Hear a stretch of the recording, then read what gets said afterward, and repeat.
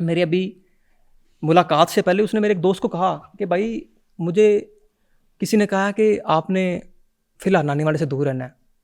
वो सबसे मिल रहा है, वो बाबा ओपी से मिल रहा है, और हमेशा जितने भी ये अरीब से, सिस्ट्रोलॉजी हाँ से, हाँ बाबा ओपी से, सबसे हाँ, आपसे मुलाकात नहीं हुई?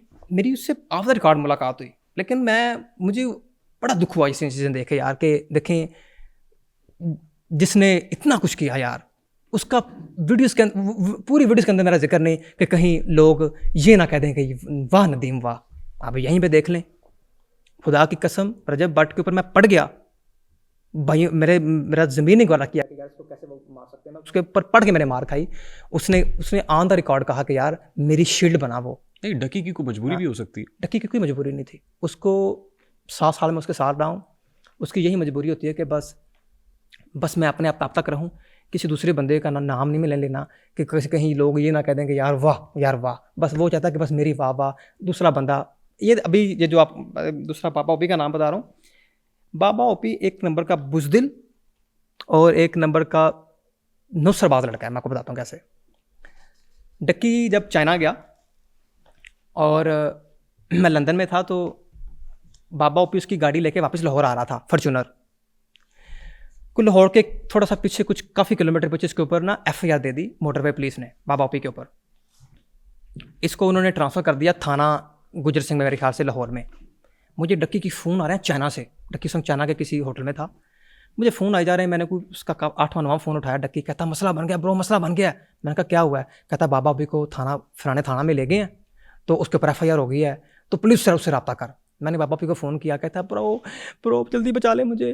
मैंने कहा बाबा ओपी हुआ क्या है? कहता मुझे अभी इधर थाने में ले आए, मेरे ऊपर FIR हो गया, मेरी स्पीड थी 170 के 160, तो अभी सोशल मीडिया पे मेरी बड़ी जलालत होगी, मुझे बचा ले। मैंने कहा चलो ठीक है। I made some calls. मैंने उसको कहा कि 2 घंटों के तुम FIR will be dismissed and you will be out.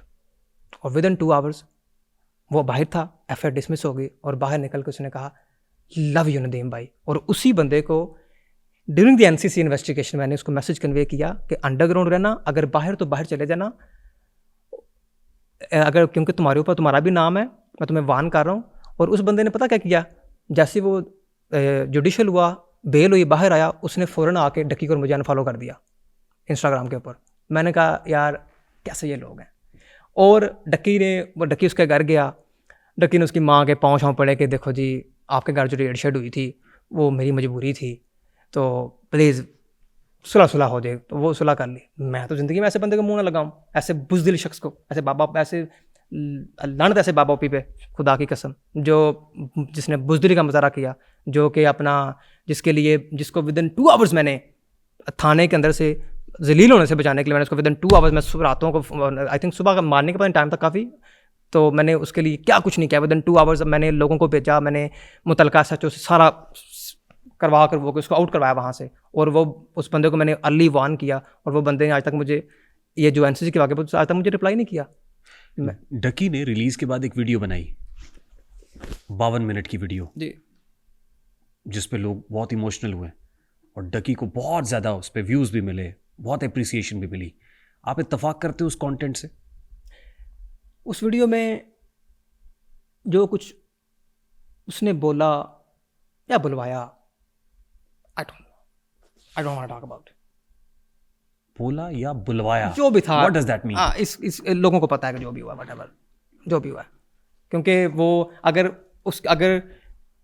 वो एक सच्चा दोस्त होता, या एक असली वो शख्स होता, तो वो हकीकत बताता जो एक्चुअल में हुई है, कि कैसे उसको पकड़ा, कैसे हम उसके पीछे खड़े हुए, कैसे हमने इस स्टोरी में मिलावट क्या है? मिलावट ये है कि जब बाद में इस स्टोरी में मिलावट ये है कि जब बाद में देखें हमारे अदारे काम नहीं करते सही, करप्शन बहुत ज़्यादा है, और एंटी करप्शन जो FI है उसका काम था इन लोगों को सस्पेंड करना, लेकिन एंटी करप्शन FI ने भी कुछ नहीं किया।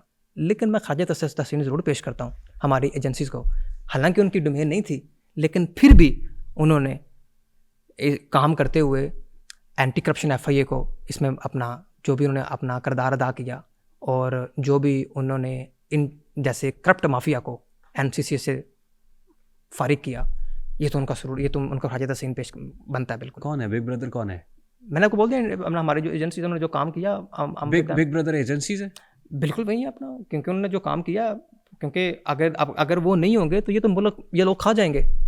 ये जो करप्ट माफिया बैठे हैं हमारे कंट्री में, ये जो जितने भी ये अपना करप्ट लोग बैठे हैं, रिश्वतखोर, ये तो मुल्क बेच के खा जाएंगे, खुदा की कसम। तो मुल्क को तो रूल ऑफ लॉ चाहिए ना। रूल ऑफ लॉ तभी चलेगा ना, मुल्क को तो गवर्नेंस चाहिए। रूल ऑफ लॉ तभी चलेगा मुल्क को तो ये चाहिए कि हर इदारा अपनी डोमेन में रह के काम करे। लेकिन अदारा अपने डोमेन में लाके काम कर नहीं रहा, यही तो प्रॉब्लम है। कैसे करेगा?